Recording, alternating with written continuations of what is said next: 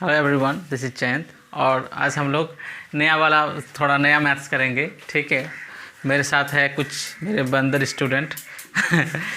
I am sorry बंदर कहने के लिए, लेकिन आप उन लोगों का मजाक देखेंगे तो ऐसा लगता है। खैर तो देखो क्वेश्चन क्या है। सरिता, शांति एवं सुनीता के आयु का अनुपात 4:5:7 है। ठीक है, समझ में आ रहा है। तो क्या है, बहुत ही बेसिक है। Please stop writing and keep concentrate here. ठीक है। तो देखो, सरिता, शांति एवं सुनीता के आयु का अनुपात 4:5:7 है। तो अगर कोई भी क्वेश्चन बेसिकली अनुपात में दिया रहे तो उसमें बहुत ज़्यादा दिमाग नहीं लगाना चाहिए। वो मैक्सिमम क्या होता है, वो मैक्सिमम हम लोग का एक्स में ही हम लोग परिवर्तन कर देते हैं। तो देखो, सरिता, शांति एवं सुनीता, ध्यान से सब कोई का आयु का अनुपात 4:5:7 है। सूर्य, ध्यान दे रहे हो। शांति एवं सुनीता की आयु का योगफल 24 है। तो शांति एवं सरिता के आयु का अंतर बताओ। बहुत ही लॉलीपॉप क्वेश्चन है। स्ट्रेट बैठो सब कोई, स्ट्रेट बैठो। कमर सीधा रहेगा ना तो पढ़ाई में मज़ा आता है, और ध्यान नहीं दोगे तो मज़ा नहीं आएगा।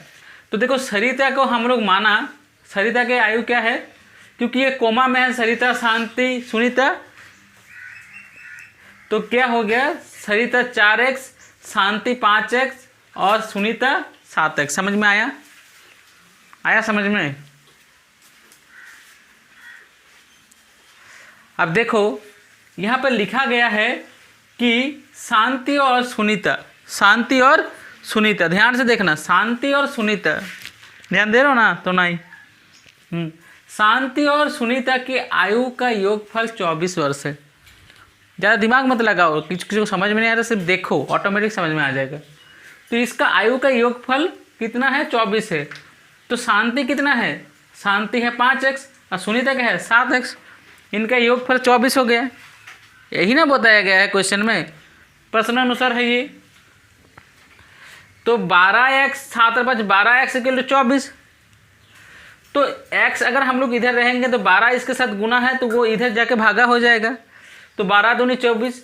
तो x का मान क्या निकल गया, 2 वर्ष। अब देखो, बोल रहा है क्या निकालना है कि शांति और सरिता के आयु का अंतर। तो शांति माइनस सरिता, अंतर मतलब डिफरेंस होता है ना, सब्सट्रैक्ट नहीं होता है, जोड़ होता है। तो देखो, शांति और सरिता का जो है, शांति कितना है, शांति 5x है। ध्यान देना, शांति कितना है 5x है, और सरिता कितना है, सरिता 4x है।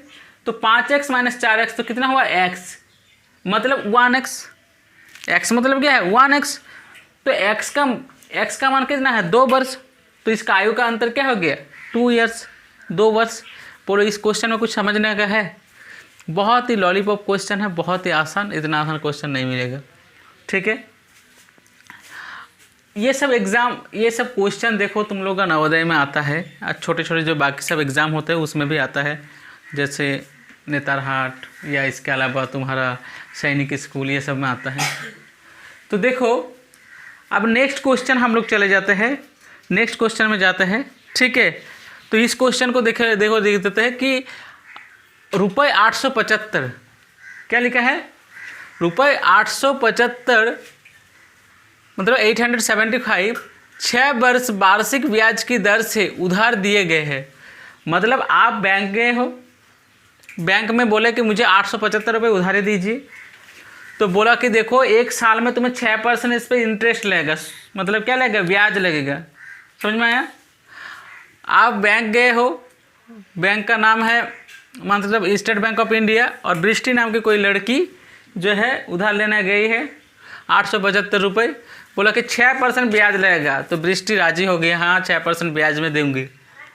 लेकिन बोल रहे हैं कि दर से उधार दिए, बोला कि मैं लेकिन 1 साल के लिए नहीं लूँगी, मैं 8 महीने बाद ही वापस दे दूँगी।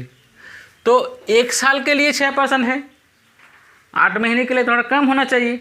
तो 8 महीने बाद ऋण को पूरा भुगतान करने के लिए कितना रुपए चुकाना पड़ेगा, मतलब उसका जो है उसको इसमें जो ये एक प्रकार से 6% इंटरेस्ट देना पड़ेगा क्या 1 साल में, लेकिन मुझे कितना ब्याज देना पड़ेगा, मुझे ब्याज पहले निकालना होगा कितना 8 महीने के लिए, और जो भी मेरा ब्याज निकलेगा उससे मैं ये इससे जोड़ दूंगा, जो प्रिंसिपल है मेरा मूलधन है, मेरा मूलधन कितना है 875 से मैं जोड़ दूंगा।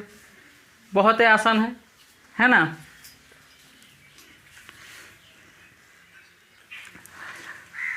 तो स्टार्ट करते इस मैथ्स को। इस मैथ्स को करना बहुत ही आसान है।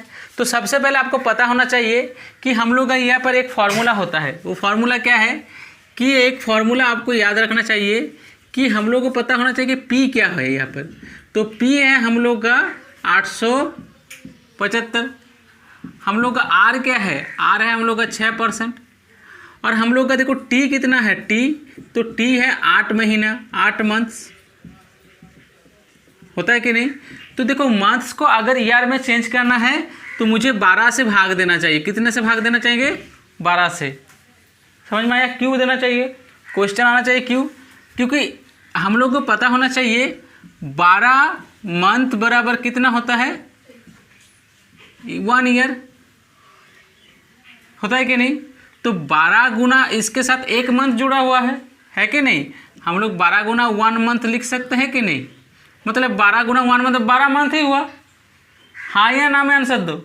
ठीक, तो इक्वल टू 1 ईयर, तो 1 वाई लिख दे रहे हैं। तो हम लोग लिख सकते हैं 1 MON लिख रहे हैं, मंथ बराबर 1/12 ईयर लिख सकते हैं। तो देखो मंथ के जगह पर हम लोग लिख सकते हैं इसके साथ कुछ नहीं, मतलब 8 गुना 1 मंथ, तो 8 गुना 1/12 ईयर लिख सकते हैं। तो इसका मतलब 8/12, 4 दूनी 8, 6 दूनी 12, 2 दूनी 4, 3 दूनी 6, मतलब 2/3 ईयर हो गया। हुआ कि नहीं।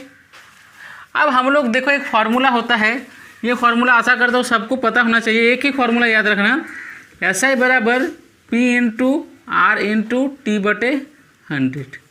इससे ज़्यादा दिमाग लगाना नहीं है, तो इससे ही सारे फार्मूला ऑटोमेटिक निकल जाते हैं। तो P कितना है मेरा 875, R 6, T मेरा देखो 2/3 है, तो 2 ऊपर लिखना और 3 नीचे लिख देना, और नीचे हो गया 100।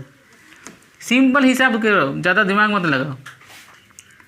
तो देखो ये 3 दूनी क्या हो गया 6 हो गया, हो गया कि नहीं, हो गया कि नहीं। ये 50 हो गया, क्योंकि 2 को काटेंगे तो 50 हो गया, इस 2 को काटेंगे तो 25 हो गया। आप मेरे को एक चीज़ बताओ, 25 को हम डायरेक्ट 875 से भागा देते हैं, तो 25 दिया 75, 75, 2 बचा मेरा, इधर क्या बचा मेरा 1 बचा, और हम लोग जानते हैं कि 25 25 5 जो 125, तो मेरा ये क्या हो गया कट गया।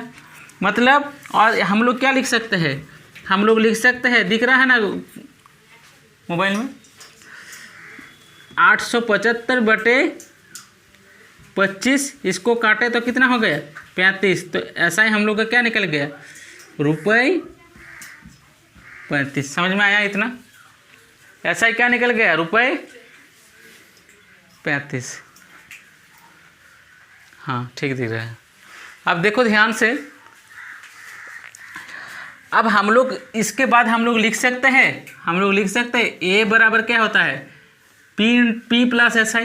मतलब तुम अगर इसमें जमा करोगे बैंक में, तो तुम्हारा कितना देना पड़ेगा, क्योंकि तुम जितना उधारी लिए थे, उधारी कितना लिया था तुम 875 रुपये लिए थे, कितना लिया था रुपये 875, और साथ में 35 रुपये और जोड़ना पड़ेगा। कितना जोड़ना पड़ेगा 35, तो 5 5 हो गया 10, और 7 3 कितना होता है 10, हाँ 10 1 11, और 8 1 9, तो कितना रुपये देना पड़ेगा, हम लोग को देना पड़ेगा 910 रुपये। इसको समझने में कोई किसी को प्रॉब्लम, 910 रुपये देना पड़ेगा। Is that clear what I say? Okay that's great. ठीक है, तो क्वेश्चन है क्या, क्वेश्चन है, ध्यान से देखो, बढ़िया से बैठो। ओके, एक व्यक्ति किसी दूरी को 12 किलोमीटर प्रति आवर मतलब पर आवर की चाल से तय करता है। तो एक व्यक्ति है, ध्यान से समझना, एक व्यक्ति है जो कि 12 किलोमीटर चाल से चलता है। तो मान के चलो एक यहाँ से लेके मान के चलो एक जगह है जिसका नाम है नदी घाट, मान के चलो थोड़ा सा दूर है, मान के चलो नदी घाट एक जगह का नाम है। तो वो जगह हम लोग चलते हैं, तो वो मान के चले हम लोग 12 किलोमीटर की स्पीड से हम वहाँ तक चलेंगे। कितना चलेंगे? 12 किलोमीटर स्पीड से चलेंगे। ठीक है, कुछ भी जगह हो सकता है, आप अपने क्षेत्र के कहीं भी जगह को पकड़ सकते हो, ये कोई मतलब नहीं है। एक व्यक्ति किसी दूरी को 12 किलोमीटर प्रति घंटे की चाल से तय करता है। कोई एक निश्चित दूरी 1 किलोमीटर हो, 2 किलोमीटर हो, 12 किलोमीटर प्रति घंटा का मतलब होता है क्या कि 1 घंटा में वो 12 किलोमीटर जा सकता है। कितना? 1 घंटा में।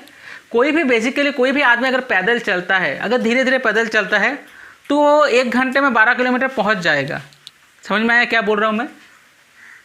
तो 1 घंटे में वो 12 किलोमीटर चलता है। ठीक है, अब नेक्स्ट देखो, और 9 किलोमीटर की चाल से वो वापस आता है। मान के चलो यहाँ से चला गया, कोई निश्चित जगह चला गया है और आते वक्त रात हो गया, नहीं रात नहीं हुआ वो अब धीरे धीरे आ रहा है ना, तब वो थक गया, मान के चलो ऐसा करके आ रहा है तो और थोड़ा धीरे धीरे आ रहा है, तो 9 किलोमीटर प्रति आवर की चाल से वापस लौटता है। समझ रहे हो बात क्या बोल रहा हूँ? थोड़ा स्पीड गया लेकिन वापस आने में थोड़ा स्लो हो गया। ठीक है, यदि उसके द्वारा कुल समय मतलब कुल 2 घंटे 20 मिनट का समय लगता है, मतलब वो कितना लेता है? 2 घंटा 20 मिनट का समय लेता है। तो मान के चलते हैं वो, तो बोल रहे हैं तो वो दूरी तय होगी। ध्यान नहीं दे रहे हो आप लोग। ध्यान अगर नहीं दोगे ना तो समझ में नहीं पाओगे। एकदम आंखें उल्लू जैसा बड़ा बड़ा होना चाहिए, और क्या दिखाना नहीं है उल्लू जैसा, आंखें उल्लू जैसा बड़ा होना चाहिए, और कमर सीधा होना चाहिए, और दिमाग बोर्ड पे होना चाहिए और मेरे शब्दों में होना चाहिए। ठीक है, देखो तुम लोग कितना बदमाशी कर रहे हो, और वो एक लड़का है देखो कितना अच्छा है, तो इसीलिए तुम लोग नहीं सीख पाते हो। ध्यान दो प्लीज़, डोंट प्लीज, जोकिंग करने की ज़्यादा ज़रूरत नहीं। ओके, तो देखो एक व्यक्ति है वो x किलोमीटर की दूरी तय करता है। कितना दूरी तय करता है? x kilometre. कुछ भी दूरी हो सकता है, 10 किलोमीटर, 12 किलोमीटर, एनीथिंग्स। ध्यान दे रहे हो ना? अब वो पहले जो चल रहा है उसका चाल कितना है? उसका 12 किलोमीटर पर आवर। देखो एक चीज़ मुझे लिखना चाहिए था, मैं लिख दे रहा हूँ। स्पीड मेरा कितना चल रहा है? 12 किलोमीटर पर आवर। ये पहला स्पीड हुआ S1, 12 किलोमीटर पर आवर। अब लिखने की ज़रूरत नहीं। तो 12 किलोमीटर पर आवर स्पीड से चल रहा है, तो मुझे टाइम कितना लगेगा? दिख रहा है ना मैं? तो समय हम लोग का लगेगा दूरी बटे चल। समय का फॉर्मूला होता है दूरी बटे चल। तो दूरी हो गया मेरा x किलोमीटर, और चाल हो गया मेरा 12 किलोमीटर प्रति आवर। मतलब आवर इसके नीचे है, तो आवाज़ जब हम लोग का क्या हो जाएगा, ये किलोमीटर किलोमीटर कट जाएगा तो आवर इसके सिर के ऊपर चढ़ जाएगा, मतलब आवर चढ़ गया, ऊपर हो गया। तो मेरा आंसर क्या हो गया? x/12 our. समझ में आया? समझ में आया कि नहीं आया? जब मेरा स्पीड में वापस आ रहा हूँ तो मैं 9 किलोमीटर प्रति घंटे की चाल से आ रहा हूँ वापस। ध्यान से देखना 9 किलोमीटर पर आवर की चाल से मैं वापस आ रहा हूँ। तो मेरा समय कितना लग रहा है? यहाँ पर समय 1 समय 2 दे रहा हूँ, तो समय मुझे लग रहा है दूरी बटे चल। दूरी है मेरा x किलोमीटर, क्योंकि जितना दूर में गया उतना दूर तो मैं वापस आऊँगा। अब चाल मेरा हो गया